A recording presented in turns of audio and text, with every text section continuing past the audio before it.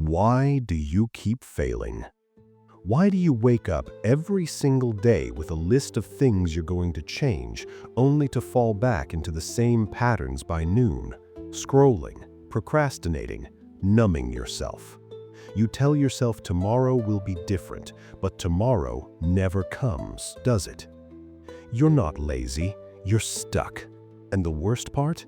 You know you're capable of more. You see others, less talented, less intelligent, thriving while you're barely surviving. And every night you lie awake wondering, what's wrong with me? What if I told you that one ancient rule practiced for centuries in the mountains of China could shatter that cycle forever? This is the story of a man named Liang, a man who had nothing, no money, no respect, no future. He was the laughingstock of his village, a failure in every sense of the word. But in the darkest moment of his life, he discovered a secret so powerful that it transformed him from a broken beggar into a master of discipline, wealth, and inner peace. And by the end of this story, you'll know exactly what he did, and more importantly, you'll know what you need to do starting tomorrow morning at 4 a.m.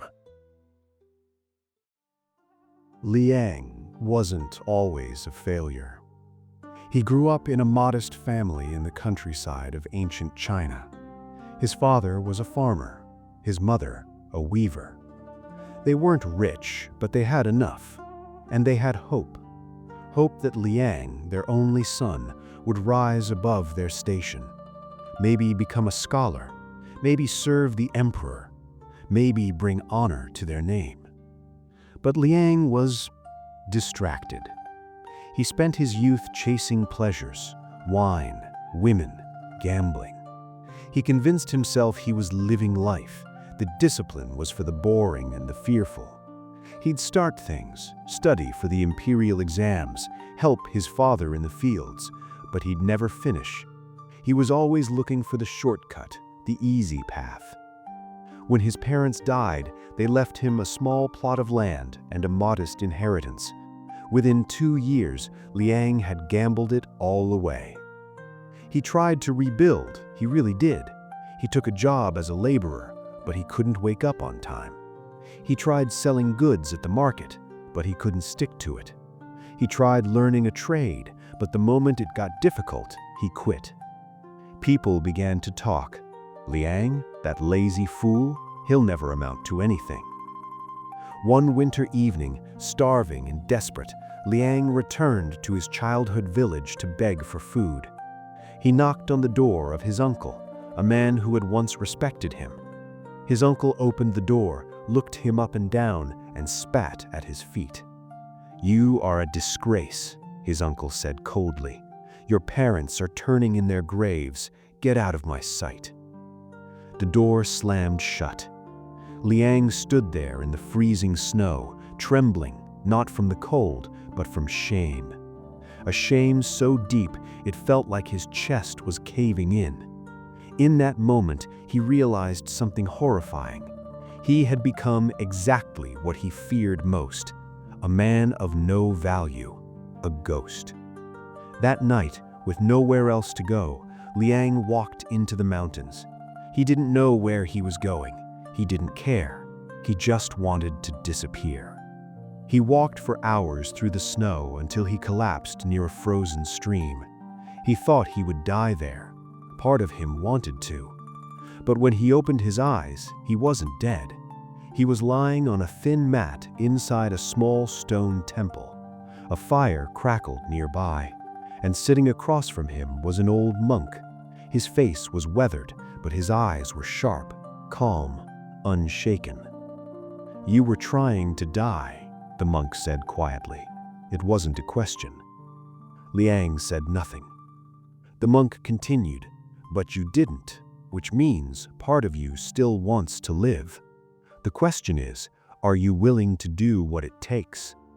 Liang sat up slowly. "I've tried everything. I've tried working hard. I've tried changing. Nothing works. I'm broken." The monk smiled faintly. You haven't tried everything.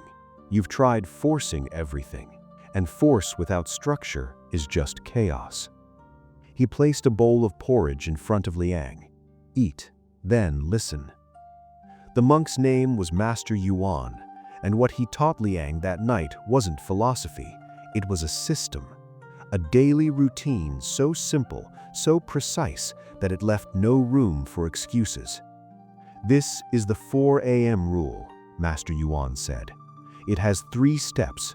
Follow them exactly, every single day, and in 6 months you will not recognize yourself. Step 1.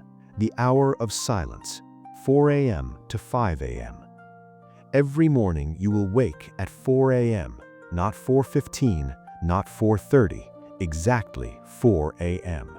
This is non-negotiable. But why 4 a.m., Liang asked. Because at 4 a.m., the world is still asleep. The mind is quiet. There are no distractions, no excuses. This is the hour when you reclaim control. Master Yuan explained, you will sit in silence for 1 full hour. No reading, no planning, no movement. Just breath, just presence. This is how you train the mind to obey you, not the other way around. Liang frowned. That's it? Just sitting? Just sitting, Master Yuan repeated. But you won't last 5 minutes. Your mind will scream at you. It will tell you this is pointless. It will beg you to quit. And that, Liang, is exactly why you must do it. Discipline begins when comfort ends. Step 2. The practice of one thing, 5 a.m. to 7 a.m. After the hour of silence, Master Yuan continued, you will work on one single task for 2 hours, not 3 tasks, not 5, 1. What task? Liang asked. The one that matters most, the one you've been avoiding.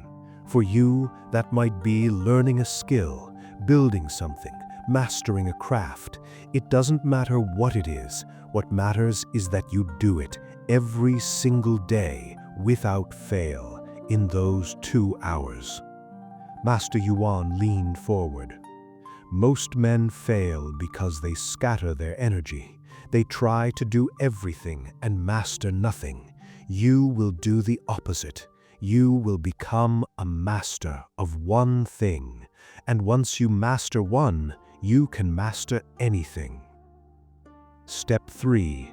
The rule of no escape. All day. And finally, Master Yuan said, you will follow the rule of no escape. What does that mean?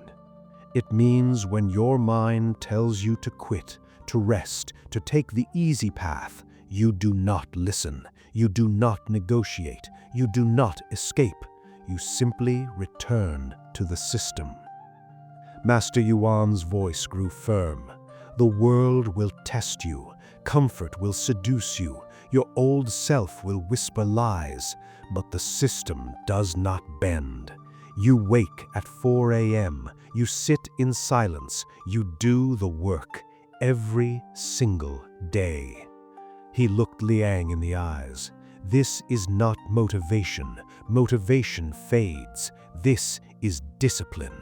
And discipline, Liang, is the only thing that will save you. The first week nearly destroyed him.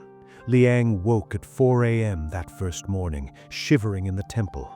He sat in silence. Within 3 minutes, his mind was screaming, "This is stupid. This is a waste of time. Go back to sleep." But he didn't. He stayed 1 hour. Then he worked. Master Yuan had given him a task: carve wooden bowls. Simple, repetitive, humbling. Liang hated it. His hands blistered, his back ached, but he didn't stop. Day after day, week after week, 4 a.m., silence, work. The first month, nothing seemed to change. He was still poor, still unknown, still nobody. But inside, something was shifting. His mind grew quieter, sharper. He stopped craving distractions. He stopped making excuses. The chaos that once ruled him began to dissolve. By the third month, Liang's wooden bowls were flawless. Merchants from nearby towns began to hear of his craftsmanship. Orders came in, money followed. By the 6th month, Liang had saved enough to buy back his family's land. He expanded, he hired workers, he taught them the same discipline Master Yuan had taught him. People who once mocked him now bowed when he passed. And Liang, he didn't gloat, he didn't boast. He simply woke at 4 a.m., sat in silence, did the work. He had become a different man, not through luck, not through talent, through the 4 a.m. rule. Liang's story is your story. You are standing where he stood, ashamed, frustrated, tired of your own excuses. You've tried motivation. You've tried inspiration. You've watched 1,000 videos, read 100 books, and nothing has stuck. Because motivation is a spark, and sparks fade. What you need is a system, a daily, unchangeable routine that removes choice, that removes weakness, that removes escape. The 4 a.m. rule is that system. Here's what you do starting tomorrow. 4 a.m., wake up. No snooze, no negotiation. 4 to 5 a.m., sit in silence. No phone, no distractions, just you and your breath. 5 to 7 a.m., work on one thing that will change your life. One skill, one project, one goal. All day, follow the rule of no escape. When your mind begs you to quit, you return to the system. Do this for 30 days, just 30, and I promise you, you will not recognize yourself. The monks understood something most people never will. Discipline is not punishment. Discipline is freedom. So I'm asking you now, are you ready? Are you ready to stop being a prisoner of your own weakness? If you are, hit the like button right now and comment below, I commit to 4 a.m. Let that be your vow, your line in the sand. Tomorrow morning, when that alarm goes off at 4 a.m., you'll have a choice. The same choice Liang had. Will you rise, or will you roll over and stay the person you've always been? The system is here. The path is clear. Now it's your turn. Wake up.